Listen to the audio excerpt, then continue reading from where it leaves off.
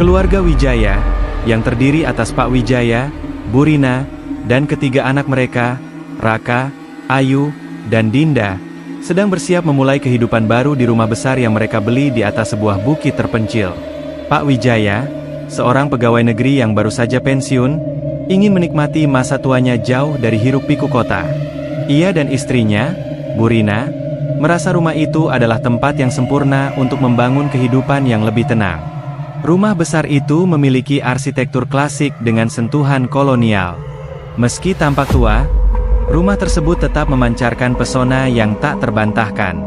Ketika mereka tiba di rumah untuk pertama kalinya, suasana terasa sunyi. Angin dingin bertiup perlahan, membuat dedaunan kering berputar di halaman. Rumah itu berdiri kokoh di tengah pepohonan yang menjulang tinggi, seolah memandang jauh ke arah lembah di bawahnya. Raka, anak sulung keluarga Wijaya yang berusia 18 tahun, tampak tak begitu antusias. Ia merasa tempat itu terlalu sepi dan jauh dari teman-temannya di kota. Ayu, adiknya yang berusia 15 tahun, tampak lebih terbuka, meskipun sesekali ia melirik ke sudut-sudut gelap rumah itu dengan raut wajah ragu. Namun, Dinda, si bungsu yang baru berusia 8 tahun, langsung berlari ke sana kemari dengan penuh semangat. Bagi Dinda, rumah besar itu seperti istana dongeng. Lihat, Bu, ada taman belakang yang luas banget. Kita bisa tanam bunga di sini. Seru Dinda sambil melompat-lompat di halaman belakang. Bu Rina tersenyum melihat keceriaan anak bungsunya. Iya, sayang. Nanti kita tanam bunga mawar. Ya. Ia mencoba menenangkan dirinya sendiri. Sebagai ibu, ia ingin memberikan suasana rumah yang nyaman bagi keluarganya, meskipun ia tak bisa mengabaikan perasaan aneh yang muncul setiap kali ia memandangi rumah itu. Ada sesuatu yang membuatnya merasa tidak nyaman, meskipun ia tak tahu apa. Setelah barang-barang mereka selesai dipindahkan ke dalam rumah, masing-masing anggota keluarga mulai mengeksplorasi ruangan. Rumah itu memiliki 6 kamar tidur, ruang tamu yang luas, dan loteng yang selama ini terkunci. Saat mereka membuka pintu loteng, suasana menjadi sedikit tegang. Tangga kayu yang berderit dan bau pengap dari ruangan yang lama tak terjamah menyambut mereka. Loteng itu dipenuhi debu dan perabotan lama yang ditinggalkan oleh pemilik sebelumnya. Namun, di antara semua benda itu, Dinda menemukan sesuatu yang menarik perhatian. Boneka. Lihat, Kak Ayu. Cantik sekali. Dinda mengangkat boneka tua yang terlihat lusuh, tetapi masih memiliki gaun putih dengan renda-renda yang indah. Ayu mengernyit. Kok kamu mau mainan sama boneka jelek kayak gitu? Serem, tahu. Enggak, ini lucu kok. Aku namain dia Lulu. Jawab Dinda tanpa memedulikan komentar kakaknya. Ia langsung membawa boneka itu ke kamarnya.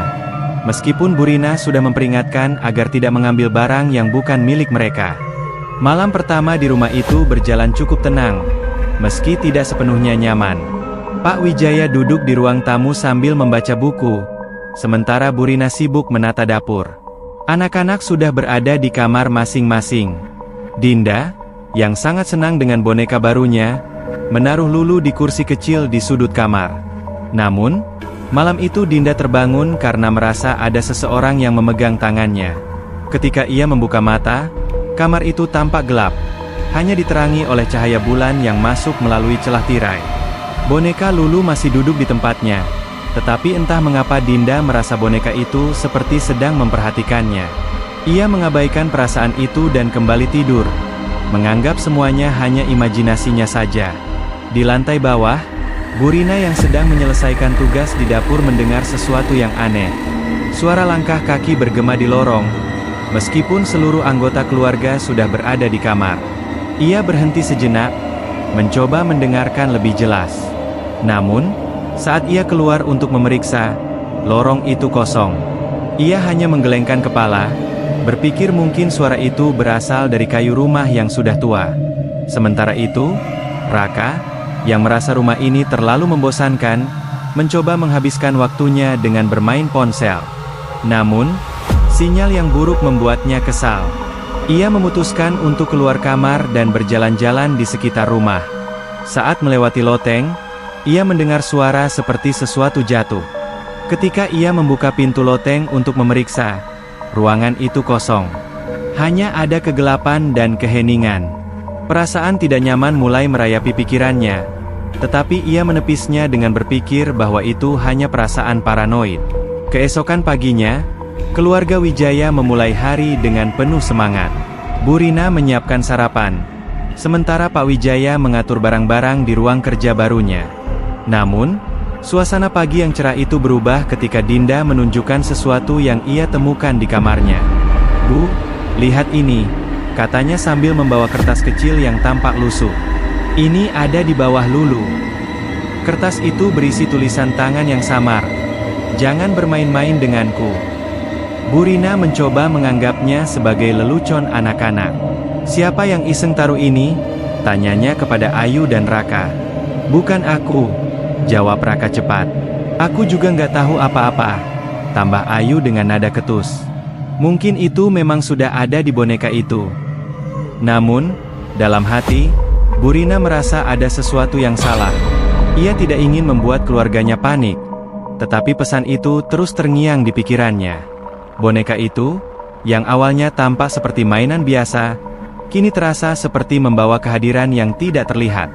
Meski ia berusaha untuk tetap rasional, perasaan aneh itu sulit untuk diabaikan.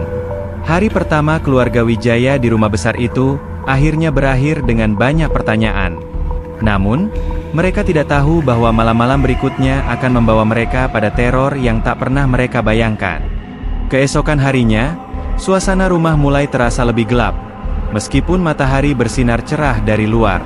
Pak Wijaya mengeluhkan sakit kepala yang tiba-tiba datang, padahal sebelumnya ia merasa sangat sehat. Ia memutuskan untuk menghabiskan waktu di ruang kerja baru yang terletak di sudut rumah. Ruang itu dilengkapi dengan jendela besar yang menghadap ke taman belakang. Namun entah kenapa, Pak Wijaya merasa selalu ada sesuatu yang mengintipnya dari luar.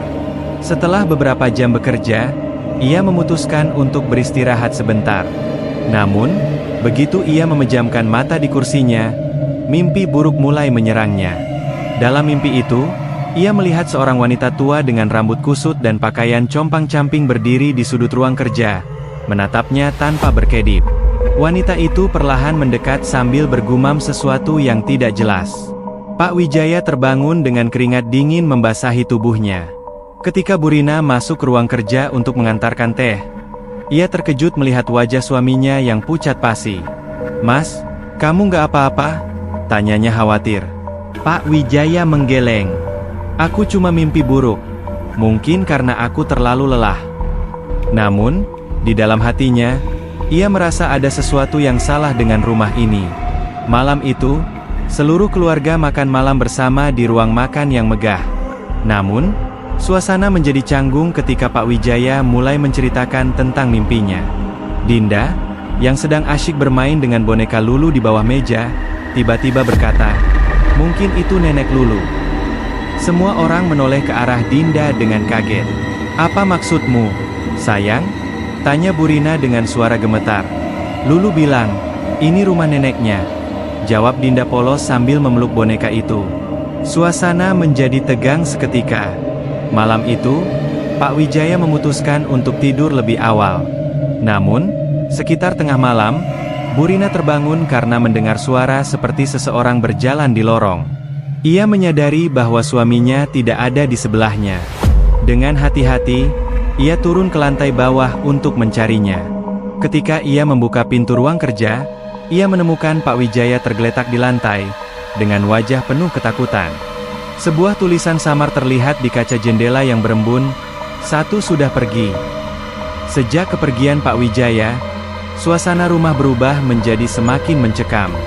Duka yang menyelimuti keluarga Wijaya tidak hanya berasal dari kehilangan kepala keluarga mereka, tetapi juga karena perasaan aneh yang kian hari kian menyelimuti rumah besar itu. Bu Rina, yang kini harus menjadi tulang punggung keluarga, berusaha untuk tetap kuat di hadapan anak-anaknya. Namun, ia tidak bisa mengabaikan hal-hal ganjil yang terus terjadi. Malam setelah pemakaman Pak Wijaya, Ayu mulai mendengar suara-suara dari dalam dinding kamar tidurnya. Awalnya, ia mengira itu hanyalah suara tikus yang berlarian, tetapi suara itu terlalu jelas. Kadang terdengar seperti seseorang yang mengetuk dinding dengan irama tertentu, kadang terdengar seperti suara bisikan. Ayu mencoba menutupi telinganya dengan bantal, tetapi suara itu tetap terdengar. Pada suatu malam, suara itu semakin keras.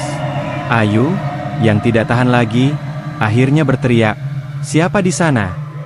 Suasana kamar yang awalnya gelap menjadi lebih dingin. Tiba-tiba, boneka Lulu yang sebelumnya berada di kamar Dinda entah bagaimana berada di sudut kamar Ayu.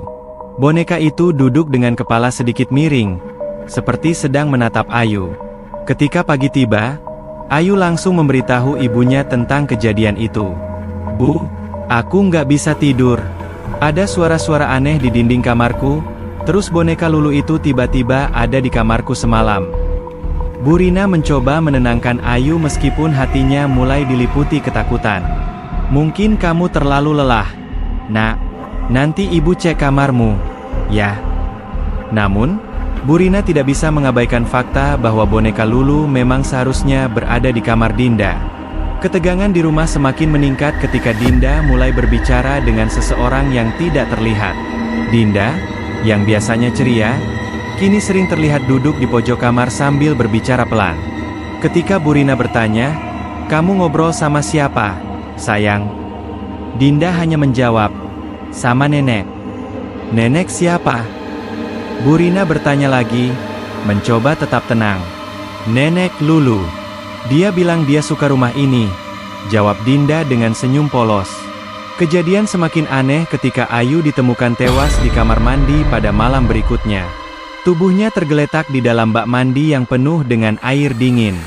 Di dinding kamar mandi terdapat tulisan samar dengan uap, "2 sudah tiada." Ketegangan di rumah besar itu memuncak setelah kematian Ayu. Kini hanya tersisa Bu Rina, Raka, dan Dinda. Ketiganya hidup dalam suasana yang penuh kengerian, tidak mampu memahami mengapa peristiwa tragis ini terus menimpa keluarga mereka. Bu Rina yang tidak lagi mampu menyembunyikan ketakutannya, mulai mencoba mencari jawaban.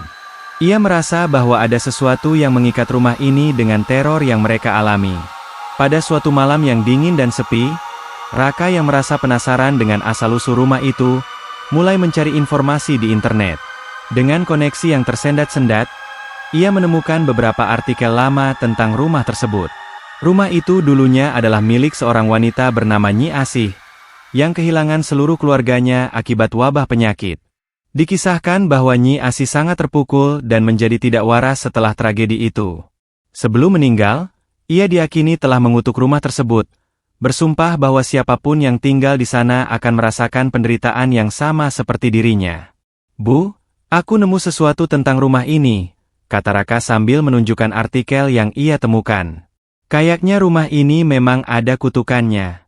Nyi Asih, dia yang punya rumah ini dulu." Bu Rina membaca artikel itu dengan tangan bergetar. Ia tidak tahu harus berkata apa. Segala keanehan yang terjadi mulai masuk akal, tetapi ia tidak tahu bagaimana cara menghentikannya. Sementara itu, Dinda yang sedang duduk di sudut ruang tamu terlihat berbicara sendiri lagi. Kali ini, suaranya lebih pelan, hampir seperti berbisik. "Dinda, kamu ngobrol sama siapa lagi?" tanya Raka, mencoba menyembunyikan rasa takutnya. "Nenek bilang dia tidak suka kita di sini. Dia bilang kita harus pergi sebelum semuanya terlambat," jawab Dinda dengan wajah datar. Malam itu, Bu Rina memutuskan untuk membuang boneka Lulu. Ia merasa bahwa boneka itu adalah pusat dari semua keanehan ini. Ia membawa boneka itu ke halaman belakang dan mencoba membakarnya.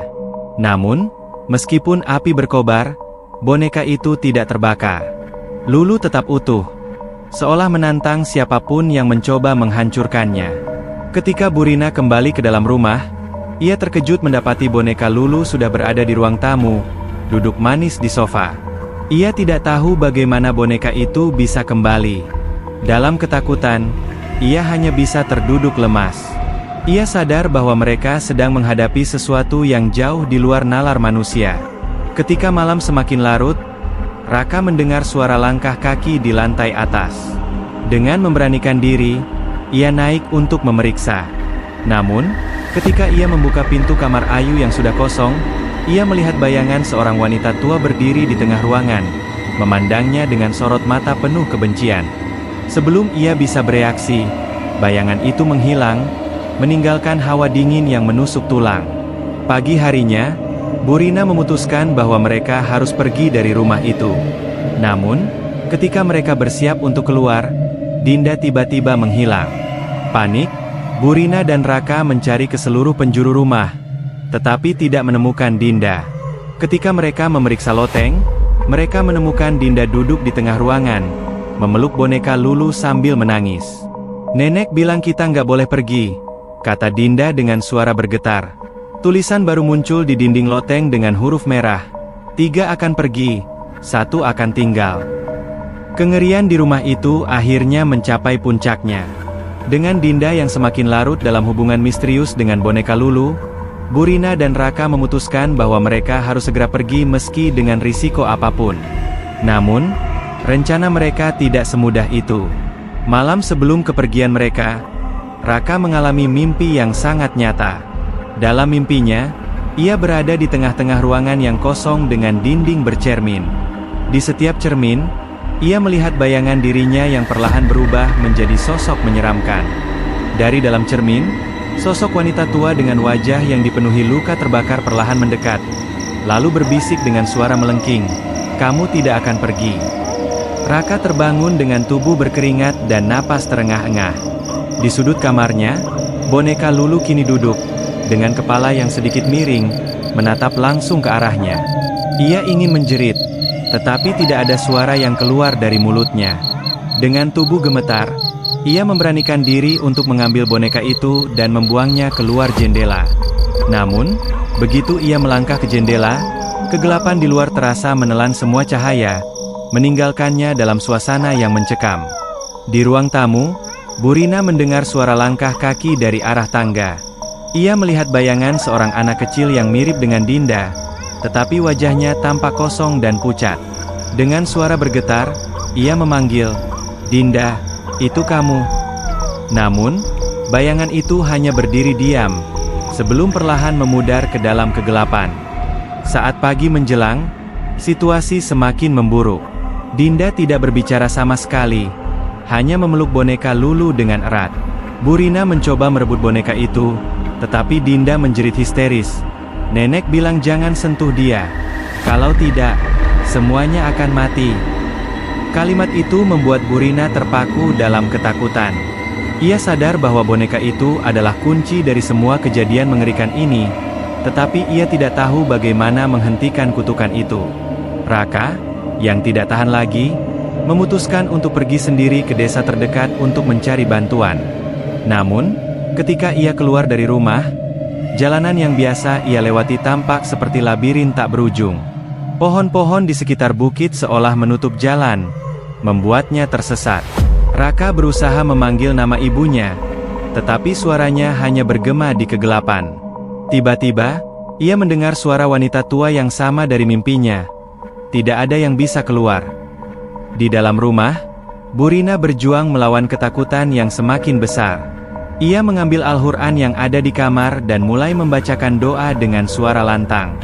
Ketika ia mendekati Dinda untuk membacakan doa, Dinda berteriak keras, "Nenek akan marah. Jangan ganggu kami." Dalam sekejap, seluruh ruangan menjadi dingin, dan jendela-jendela terbuka dengan sendirinya. Angin kencang masuk, membawa suara tawa menyeramkan yang menggema di seluruh rumah. Tepat ketika Burina merasa tidak ada harapan lagi, Raka kembali ke rumah dengan wajah penuh ketakutan. "Bu, kita tidak bisa keluar. Jalanan tertutup. Kita terjebak di sini," katanya dengan suara gemetar. Ia menunjukkan peta yang ia bawa, yang kini dipenuhi coretan merah bertuliskan, "Tidak ada jalan keluar." Malam itu, mereka bertiga duduk di ruang tamu, tidak tahu harus berbuat apa. Lulu duduk di tengah meja, dengan tatapan kosong yang tampak semakin menyeramkan. Dinda berbicara pelan sambil mengelus rambut boneka itu, seolah berbicara dengan seseorang. Burina mencoba meraih anaknya, tetapi Dinda menolak disentuh. "Dia di sini, Bu. Nenek bilang kita harus tinggal. Kalau tidak, kita semua akan mati. Ketika tengah malam tiba, pintu-pintu rumah mulai bergetar, dan suara langkah kaki bergema di lantai atas. Raka memberanikan diri untuk memeriksa. Ia naik ke lantai atas dengan senter di tangannya, tetapi tidak ada apa-apa di sana. Ketika ia kembali turun, ia melihat Burina dan Dinda duduk di ruang tamu, tetapi sesuatu tampak aneh. Mata mereka kosong, dan mereka hanya menatap ke arah Lulu. Raka berlari menghampiri ibunya. "Bu, kita harus pergi." Namun, ketika ia menyentuh bahu ibunya, tubuh Burina terasa dingin seperti es. Ia tidak merespons, hanya bergumam pelan, "Nenek sudah datang, nenek sudah datang." Dalam kepanikan, Raka mencoba mengambil Lulu dan membakarnya sekali lagi. Kali ini, ia menggunakan bensin dari garasi untuk memastikan boneka itu terbakar. Ketika api menyala, jeritan melengking terdengar di seluruh rumah. Dinding-dinding rumah bergetar, dan bayangan hitam muncul dari setiap sudut ruangan, berkumpul di sekitar Lulu. Suara tawa wanita tua itu semakin keras, sebelum akhirnya berhenti seketika. Ketika api padam, Lulu telah hancur menjadi abu. Namun, rumah itu kini kosong.